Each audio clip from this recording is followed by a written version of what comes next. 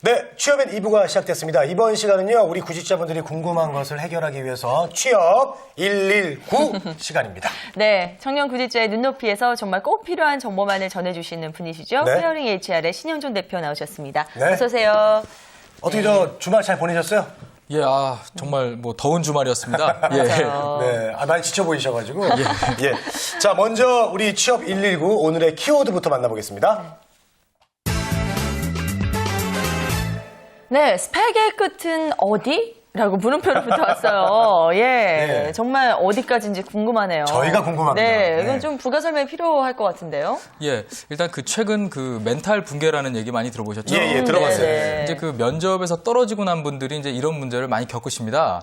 예, 이제 떨어지고 나서 내가 어떻게 해야 될까? 이렇게 고민하는 게 아니고 토익 점수를 높여볼까? 이런 생각을 합니다. 예, 이게 이제 좀 저희가 이제 내가 왜 떨어졌는지, 내가 고쳐나가야 될 부분이 무엇인지 사실 고민을 해봐야 되는데요. 그래서 오늘 취업 119 시간에는 이런 스펙의 끝, 이 주제를 가지고 한번 이야기를 좀 나눠보겠습니다. 네, 네. 이 스펙 문제가 참 저희들이 말이 많은 그런 분야인데 네. 제가 그냥 단도직입적으로 질문을 하겠습니다. 도대체 스펙의 끝이 어디입니까? 무엇입니까? 오늘 좀 강하게 저 정말 궁금해서 그래요. 네. 예. 일단 스펙의 끝은 이제 자기 만족입니다. 예, 일단 자기 만족을 어디까지 하는가. 예, 이게 이제 스펙의 끝인데요. 사실 어디가 끝인지 잘 모르고 이제 남 따라가듯이 스펙을 쌓는 것이 문제입니다. 이 방송하시면서 아마 다른 패널분께서 이런 얘기 아마 하신 것 같은데 3,600이라는 얘기 한번 들어보신 적 있으실 거예요. 그래요? 예. 이게 이제 학점 4.0 곱하기 토익 900 해서 3,600이 3,600이 안 되면 원서도 내지 마라. 예, 뭐 이런 의미인데요. 참 이제 요즘 애들 학점 4.0을 넘어야 된다. 이런 게 너무 심해졌습니다. 네. 저도 이제 학점 얘기하면 좀 부끄러워지는데 한번 두 MC분 좀 어떠신지. 에이, 그러지 마. 그러니까 그러지 마세요. 그런 건 안 네. 돼요. 안 돼요. 못 근데 저희 때는 사실 학점 이렇게까지 챙길 필요는 없었는데 그렇죠. 저는 사실 영어 점수는 괜찮았거든요. 성우 씨는 뭐 근데 잘하셨죠. 학점이 3점 겨우 넘어가지고 아직까지도 부끄럽더라고요. 그게. 재곤 씨는 어떠세요? 2.8, 2.8. 아, 예. 2.8이랍니다. 예. 아우, 그런 학점을 어떻게 다니셨어요, 지금까지? 잠깐만요. 그러는 신영종 네. 대표는 얼마나 나왔어요, 도대체? 네네. 저도 사실 재권 MC보다 조금 잘했습니다. 아주 조금 잘했는데요. 예. 그래서 제가 이제 대학원 면접을 볼 때 교수님께서 학점이 왜 이런가? 이런 질문에 아주 변명하느라 아주 진땀 흘린 전 기억이 있었습니다. 네. 사실 저희 세대 때는 이렇게 학점에 대해서 그렇게 민감하거나 그렇게 높일 필요가 없다 이런 생각이 좀 많았었는데요. 요즘 구직자분들은 4.0이라는 절대 기준치를 가지고 좀 너무 받아야 된다라고 좀 강박관념을 갖고 있는 것이 문제입니다. 네. 근데 그렇기 때문에 또 요즘에 학점 세탁이란 말도 많이 나오는 것 같더라고요. 네. 예, 그것도 좀 설명을 해주시죠. 예, 일단 좋은 지적 해주셨는데요. 네. 이제 좋은 학점을 받기 위해서 원하는 점수가 나올 때까지 계속 재수강을 반복하는 것이 이제 학점 세탁입니다. 네. 이제 이제 학사 관리 부분은 이제 대학의 능력인데 저희가 오늘은 좀 학생들의 좀 초점을 맞춰가지고 이 이야기를 좀 계속 좀 해보겠습니다. 네. 근데 너무 무리해서 하는 거는 사실 좀 그렇지만 학생들의 입장에서 학점 관리 잘하려고 열심히 공부하는 거 그거 자체는 굉장히 좋은 거 아닌가요? 어떻게 보면 당연한 거고요. 네. 아닙니다. 이게 문제가 됩니다. 그래요? 예, 일단 네. 본인이 원하는 점수가 나오지 않았기 때문에 본인이 받은 점수를 받을 때까지 교수님께 아주 지나치게 요구를 하고 관철시키기 위해 노력한다는 것이 문제입니다.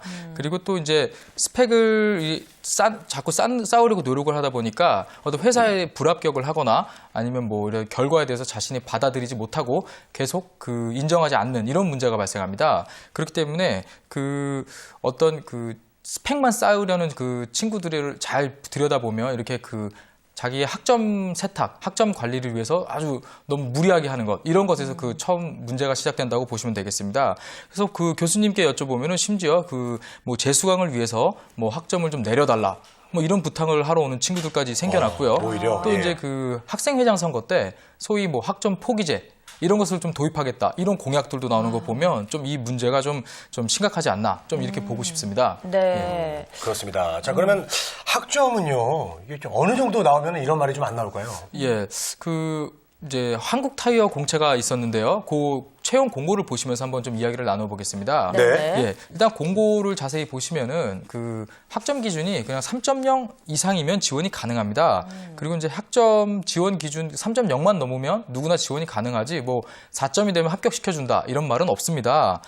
그렇기 때문에 그 학점 관련해가지고 너무 높은 점수를 그 기재하기 위해서 노력할 필요가 없다는 것부터 좀 얘기를 드리고 싶고요. 네. 그리고 또 사실 그 한국 타이어는 국내 1위 타이어 업체입니다. 그리고 전 세계에서도 7위권에 드는 아주 글로벌 기업입니다. 그렇기 때문에 이런 회사에 입사하는 그 신입사원 정도면 상당히 뭐 그동안 열심히 했겠죠. 네. 그래서 네. 좀 학점이 좀 높은 거고 어학 성적이 뭐 평균을 내보면 조금 높다 이렇게 보시면 되지 뭐 토익이 990점이고 뭐 학점이 4.0이라서 무조건 채용하겠다 이런 그 룰도 없고 또 예. 채용 공고도 찾아보기 어렵습니다. 네, 예. 그렇군요. 자, 그러면 일단 학점은 뭐 높으면 높을수록 좋은 좋은 것만은 아니다. 이렇게 네. 결론을 내보도록 하겠고요. 지금 기왕 뭐 한국 타이어에 대해서 예시를 들어주셨으니까 채용 과정을 그러면 조금 저희가 함께 따라가 보면서 과연 무엇이 중요한지 그걸 조금 더 짚어보면 좋을 것 같은데요. 예, 한번 채용 과정을 좀 보시면요. 이제 네. 입사 지원을 하고 난 다음에 네. 인성 검사를 봅니다. 네. 그리고 이제 1차 면접, 2차 면접 이렇게 그 단계별로 진행이 되는데요. 그 한국 타이어 같은 경우는 그 사실 저희가 앞에서 얘기한 그 스펙 같은 경우는 첫 번째 입사 지원 여기에까지밖에 영향을 주지 않습니다. 네. 뭐 인성 검사가 학점이 높다고 되는 거 아니고요. 또 그 면접에서 자기가 가지고 있는 역량이나 자신의 생각을 이야기하는 것이지 뭐 자기가 공부를 어떻게 했다, 뭐 어학연수를 어떻게 했다 이런 얘기를 하는 부분은 아니거든요. 그래서 일정 그 자격 요건만 갖추고 자신의 역량을 좀 더 개발해서 잘 이야기하는 것이 좋겠습니다. 네네. 또 사실 또 이 한국 타이어 같은 경우는 역량 면접 또 이제 프레젠테이션 면접 또 영어 면접 이렇게 그 순서대로 진행을 하게 됩니다. 그래서 또 사실 그 면접 진행 과정을 좀 더 보시면서 왜 이런 스펙이 또 필요 없는지 한번 좀 보시겠습니다. 네. 예, 한번 그 한국 타이어 면접 진행 과정을 좀 한번 보시면은요, 그 역량 면접 같은 경우는 기업의 이런 핵심 가치나 어떤 그 직무에 대한 그 이야기를 많이 물어봅니다. 뭐 예를 들어서 한국 타이어에서 이제 가장 그 최고의 제품이 이제 S1 에버라는 제품이 있는데, 네. 뭐 이 특징을 좀 말하고 경쟁 제품과 좀 비교해보라. 이런 질문이 나오면 사실 아무리 마케팅이나 뭐 경영, 경제 이런 쪽 공부를 한다 하더라도 이 한국 타이어나 이런 타이어 관련 산업에 대한 지식이 없으면 절대 대답을 할 수가 없습니다. 또 이제 그 프레젠테이션 면접 같은 경우는 뭐 발표력, 또 지적 사고 능력, 그리고 문제 해결 능력 이런 것들을 평가를 하는 부분인데 네. 그 사실 뭐 화학 전공한 친구에게 뭐 타이어의 컴파운드 특성에 따른 뭐 타이어를 분류해 보시오 이런 질문 발표를 시킨다면 사실 이런 쪽에 공부를 못했으면 뭐 화학을 전공했다 하더라도 사실 어렵습니다.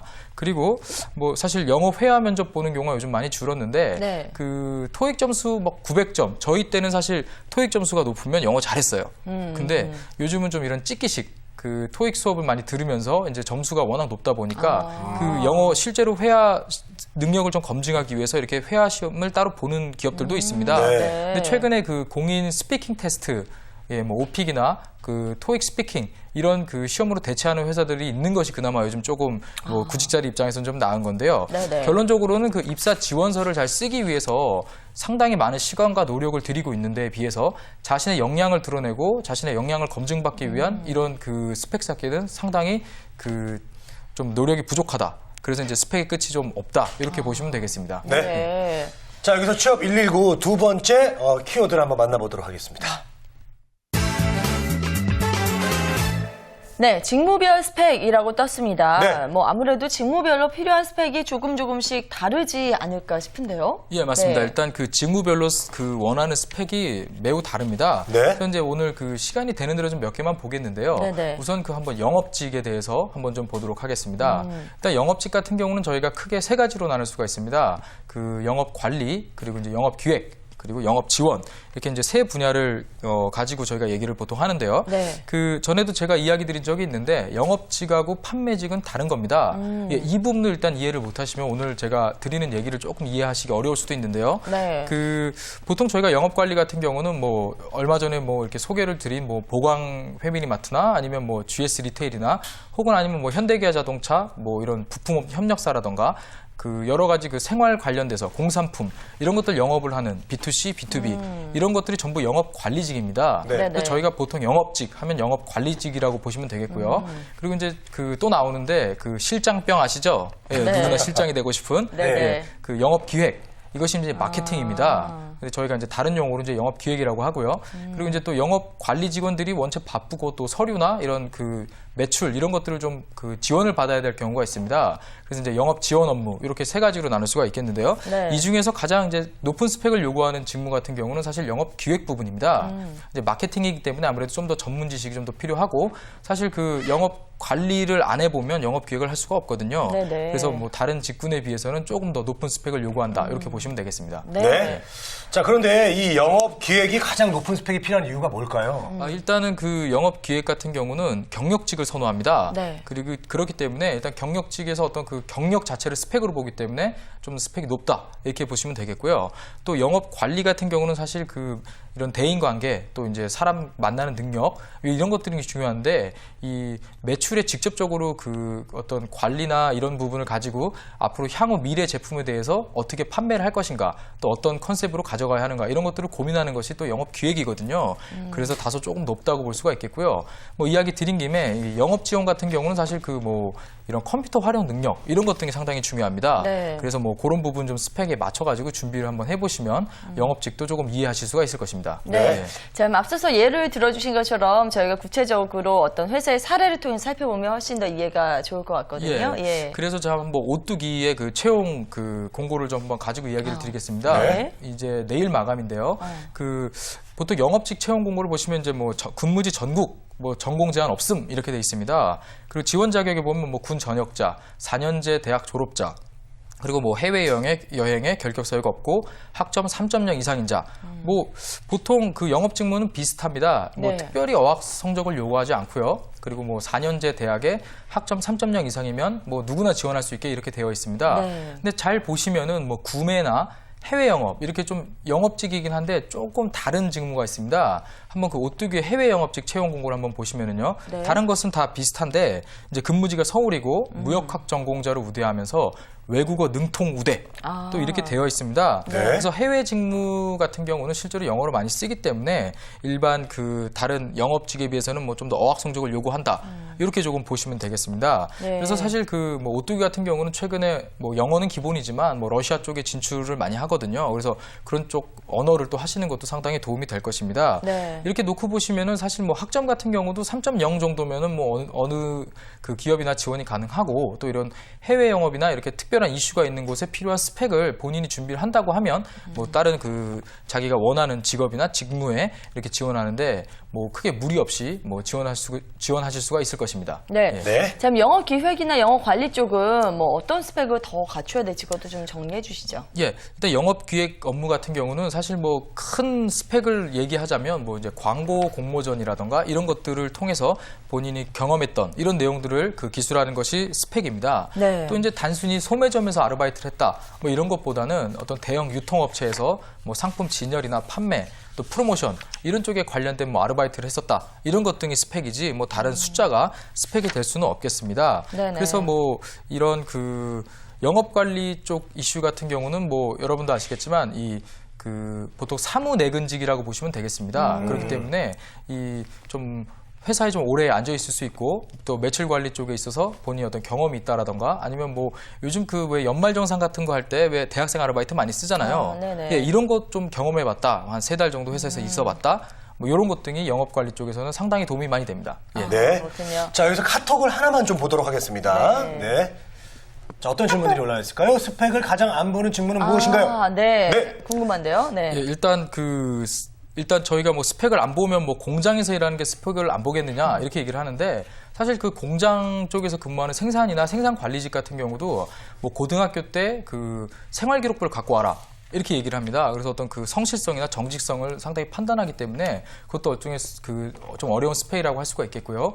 이런 사실 영업 직무 같은 경우가 이런 그 많은 직무들 중에서 가장 스펙을 덜 보는 직군 중에 하나인데 그 중에서도 굳이 하나 뽑아달라 이렇게 얘기를 좀 물어보시면은 제약 영업 이런 쪽이 조금 그래도 영업직 중에서도 가장 스펙을 좀 덜 보는 이런 직무입니다. 네, 저희가 일단 필요한 스펙, 영업직 쪽으로는 자세하게 정리를 해봤는데요. 예, 시간 관계상 뭐 다 정리할 수는 없겠고, 금융 쪽 분야에 지금 질문이 많이 올라오고 있어서요. 그쪽은 특별히 어떤 거를 챙겨야 될지 좀 간단히 정리를 해주시죠. 예, 뭐 간단하게 정리를 드리겠습니다. 네. 저희가 일단 그 금융 3종 세트라고 하죠. 뭐 증권, 파생, 뭐 FP 이런 자격증 따면 뭐 취업이 되느냐 이렇게 얘기를 하시는데 사실 전혀 도움 안 됩니다. 아, 사실은 그래요? 예, 그냥 뭐 성의껏 하나 정도 따서 관심이 있었다 이 정도 표현해 주시는 거지 이런 거는 전부 입사를 해서 따는 그런 자격증입니다. 그 뭐 좀 어려운 자격증들이 있어요. 뭐 CFA, CPA, 아, 이런 뭐 건 진짜 CFP, 어렵잖아요. 예, 뭐 네. 대리사, 회계사 이런 그 어려운 자격증 이런 것들은 사실 가지고 있으면은 그 상당히 취업에 도움이 됩니다. 하지만 이제 이런 거는 1, 2년 이상 준비를 해야 되고 예. 또 이제 면접장에 가면 또 다 뭐 계리사 면접을 보러 가면 다 계리사 이렇게 면접을 보게 됩니다. 그렇기 때문에 그 자신 어떤 그 취업 역량이나 이런 그 왜 이 자격증을 땄고 여기 직무를 자기가 해야 되는지에 대해서 준비를 하시는 것이 더 금융직군 쪽에 취업하는데 더 도움이 될 것입니다. 네. 네. 자, 오늘 자격증 얘기 들어보니까 저는 뭐 한숨밖에 안 나오고요. 예. 머리가 네. 복잡해집니다. 근데 예. 말씀을 듣다 보니까 스펙을 참 안 갖추기도 그렇고 갖추자니 네. 또 생각보다 쉽지가 않고 이런데 예, 이 스펙 챙기기 열중인 사람들을 위해서 좀 한마디로 좀 정리를 마지막으로 좀 해주시죠. 예. 네. 일단 그 본인의 그 전공에서 취업을 미리 한 선배분들을 만나보십시오. 그분들이 가지고 있는 스펙과 그분들이 노력했던 그 과정 이런 것 등을 좀 본인이 나는 얼마큼 부족한지 내가 이 선배 취업한 케이스를 보면서 내가 어떻게 준비를 해서 어느 정도 일정 기간을 잡고 준비하면 되겠다. 이런 그 목표를 가지고 준비를 하는 것이 가장 좋은 방법입니다. 그냥 어디 인터넷이나 이런 데서 그냥 보고 무조건 높은 스펙 이런 것으로 난 취업을 하겠다. 이렇게 마음 먹으셨다면 오늘 한번 선배님들 전화번호 한번 찾아보시고 전화를 꼭 해보시는 그런 방법을 좀 추천드리고 싶습니다. 네, 네. 잘 들었습니다. 자, 이렇게 해서 오늘은 스펙을 어느 정도 선까지 준비해야 할지 또 직무별로 스펙은 어느 정도 챙겨야 될지 저희가 좀 자세하게 살펴봤습니다. 저희 취업하시다 궁금하신 점 있으시면요. 이렇게 저희 워크TV 카카오톡으로 보내주시면요. 저희가 이 시간 통해서 자세하게 좀 풀어드리도록 하겠습니다. 네. 자, 지금까지 페어링 HR 신현종 대표와 함께했습니다. 오늘 말씀 감사합니다. 고맙습니다.